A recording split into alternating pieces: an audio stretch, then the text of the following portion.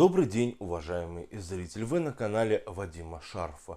Счетная палата в конце концов пришла к неутешительным выводам в содержании детских больниц в нашей стране. Вот примерно в таких условиях дети лечатся по всей России. Ну а пока наши детишки в больницах, где падает побелка с потолка, отваливается краска со стен, Путин весело отвечает на вопросы журналистов о том, что он не двойник. И о том, что у него нет двойников и никогда не было. Хотя этот вопрос подымался. Если вопрос подымался, значит такая возможность была. И я вот думаю, кто же отвечал на этот вопрос? Путин или Удмурт? Похоже, Удмурт, потому что очень сильно похоже на лицо Удмурта. Так вот, пока наши дети лечатся, пока государство не может найти 289 миллионов рублей, чтобы вылечить 700 детей по всей стране со спинномышечной атрофией, наши власти нашли 15 миллиардов рублей на то, чтобы переписать Конституцию. ЦИК России получил 15 миллиардов рублей из бюджета, и теперь они могут провести голосование, поменять Конституцию или нет. Поверьте мне, я могу даже на 1000 рублей с кем-нибудь, может, у меня больше, правда, денег нет, могу поспорить на 1000 рублей, что Конституцию поменяют, и люди проголосуют за изменение Конституции, и отрыв будет в размере 60-80% за то, что Конституцию нужно будет поменять. Это будет сделано благодаря вбросам. Как показал опрос Левада, то что 70% поддерживают изменения Конституцию, а 80% людей не знают, что именно там будут менять. Как так получается, тоже непонятно. Люди поддержат изменение Конституцию, а что именно там менять в этой Конституции, переписывать будут, никто не знает. А если там будет написано, что мы отберем у вас все дома, и вы не имеете права ходить в суды, и люди могут под это подписываться. Недавно смотрел встречу Путина, где он так кричал, что Яндекс конкурирует с Гуглом. Уже, мол, Яндекс даже начинает в чем-то превосходить Google. Так вот, Путин на конференции заявил, что Яндекс начинает превосходить Google, что Яндекс это самый крупный конкурент для Google. Ты серьезно? Это может быть в России, но не во всем мире. Причем я специально пересмотрел конференцию, там не было слов, что эта информация идет только по России. Путин конкретно заявлял, что Яндекс одна из лидирующих поисковых систем по всему, мол, миру. Яндекс стоит 15 миллиардов долларов, Google стоит больше триллиона долларов. Доля Яндекса поисковых запросов по всему миру 0,8%. Google же 98% запросов по всему миру. Но Путин этого не знает. Ему в папочку, похоже, другие данные кладут. А может, это просто двойник Путина, который просто ничего не знает и несет очередную ересь.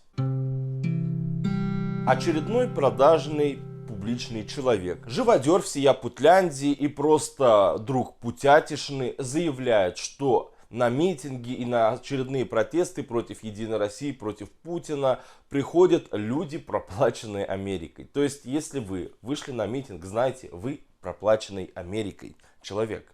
Как и с чем это все взаимосвязано, конечно, непонятно. Что он несет, тоже непонятно. Но, тем не менее, так работает пропаганда. Потому что, когда какая-нибудь бабушка, которая не в курсе того, что происходит в стране, не смотрит YouTube, а смотрит только путевизор, она думает, что этот человек прав и говорит правду. Так это и работает.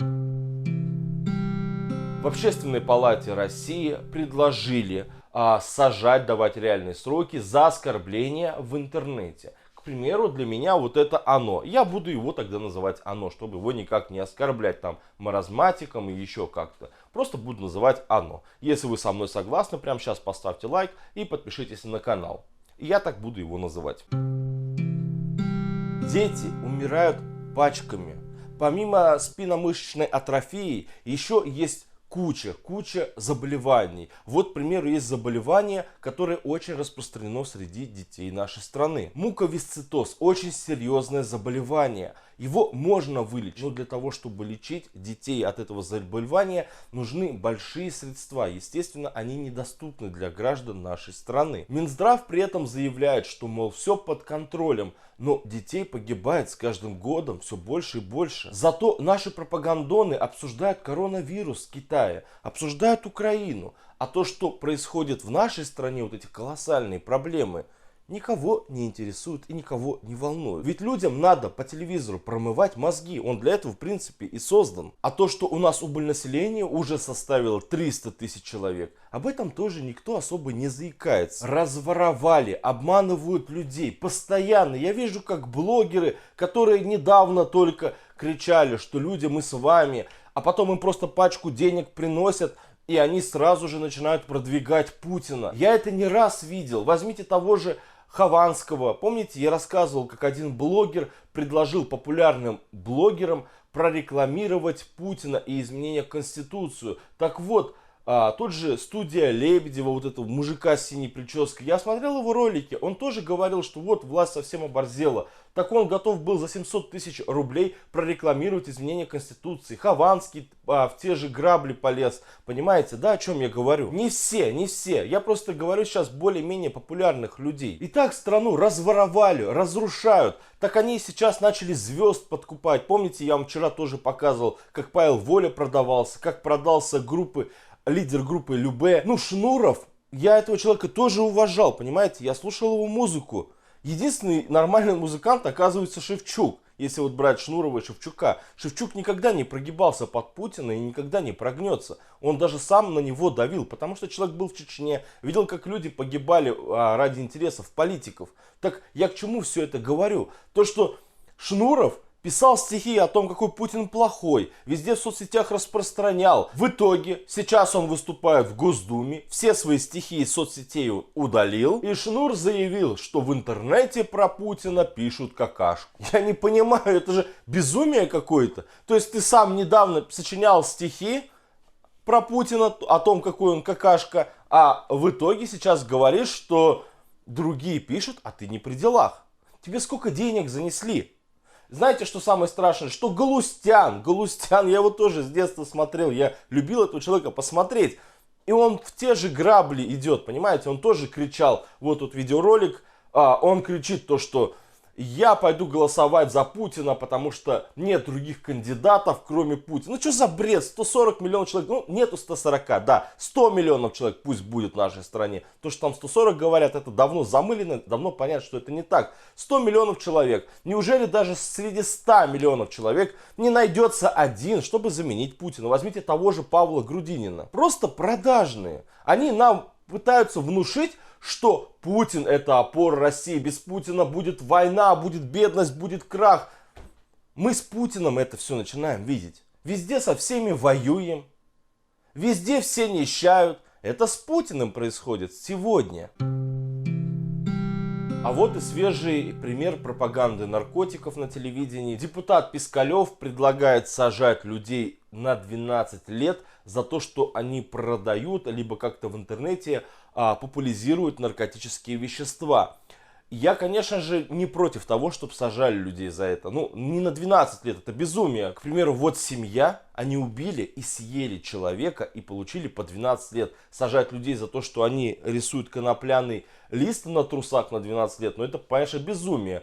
Как такие люди становятся депутатами, я тоже не понимаю, почему за них голосуют. Но, тем не менее, люди выбрали. На днях в Нижегородской области магазин продавал трусы, где был нарисован лист конопли, и за это магазин оштрафовали на 800 тысяч рублей. Я сам никогда не употреблял наркотики, не курю, не пью. То есть, ну, в этом плане я веду, конечно, здоровый образ жизни. Еще правильно питаться начать и спортом заняться было бы вообще супер. Так вот, я не поддерживаю, я, конечно же, против всяких алкогольных продукций, против наркотических средств.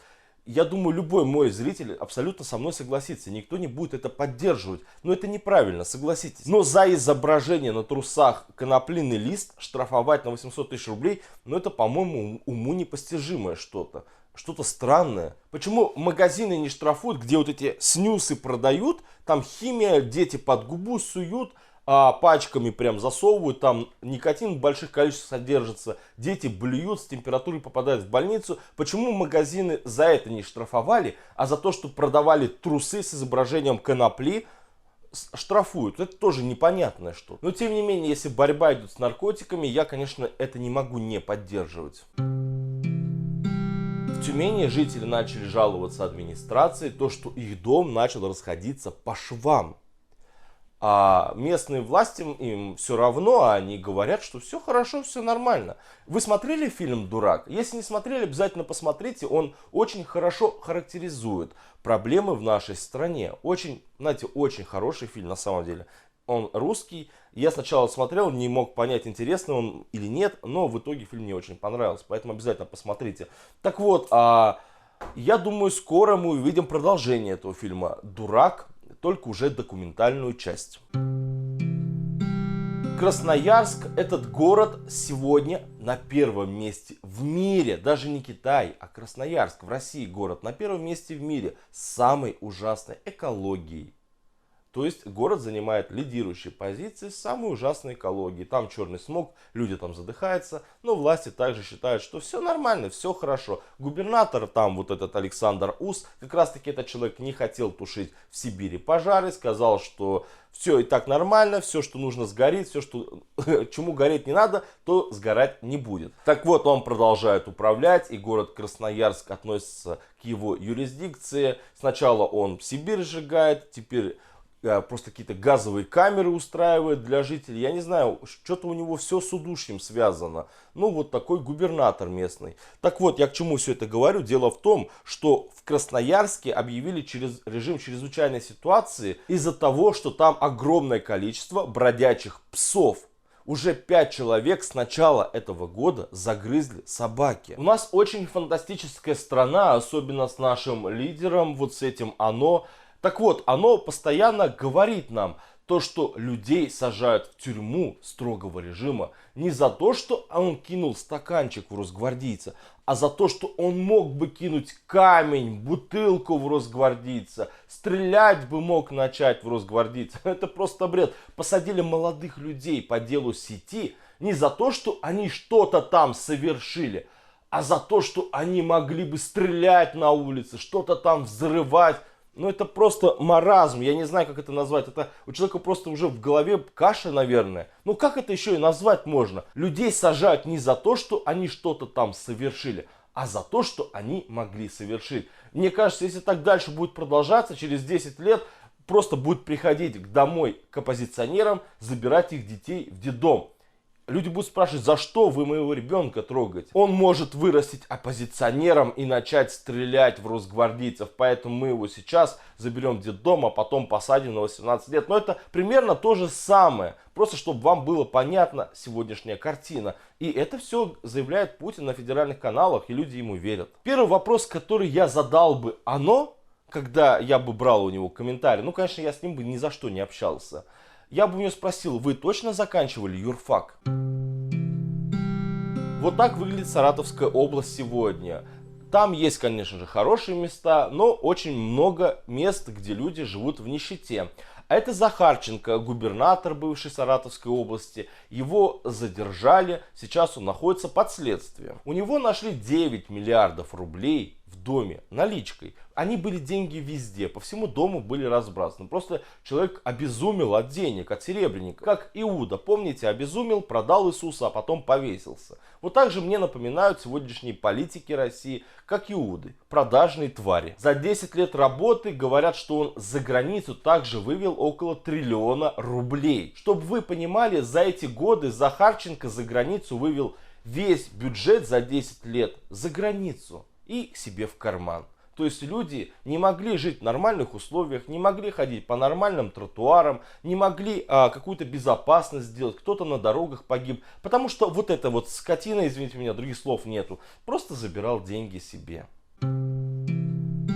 Петербургские школы начали заставлять детей проводить профилактические работы в школах, то есть дети сегодня не отдыхают. Это сделано только для того, я это прекрасно понимаю, чтобы школьники, чтобы ученики институтов, университетов, колледжев не ходили на марш памяти Бориса Немцова сегодня в Петербурге. Сегодня в Питере, в Москве и в других крупных городах нашей страны пройдут марши. Многие люди поддерживают Бориса Немцова. Борис Немцов заявлял, что его никто не остановит, и он будет продолжать свое дело. И знаете, несмотря на то, что он был убит, и преступник пирует в тюрьме, вот его фотография, этот человек застрелил как раз таки Бориса Немцова, он пирует в тюрьме. Так вот, несмотря даже на это, Борис Немцов был прав. Его никто не смог остановить. Люди до сих пор его поддерживают, выходят, устраивают митинги в его честь. Тот же Навальный, он поддерживал всю жизнь Бориса Немцова, очень сильно был расстроен, когда его убили.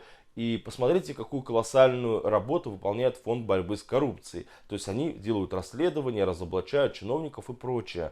Много последователей.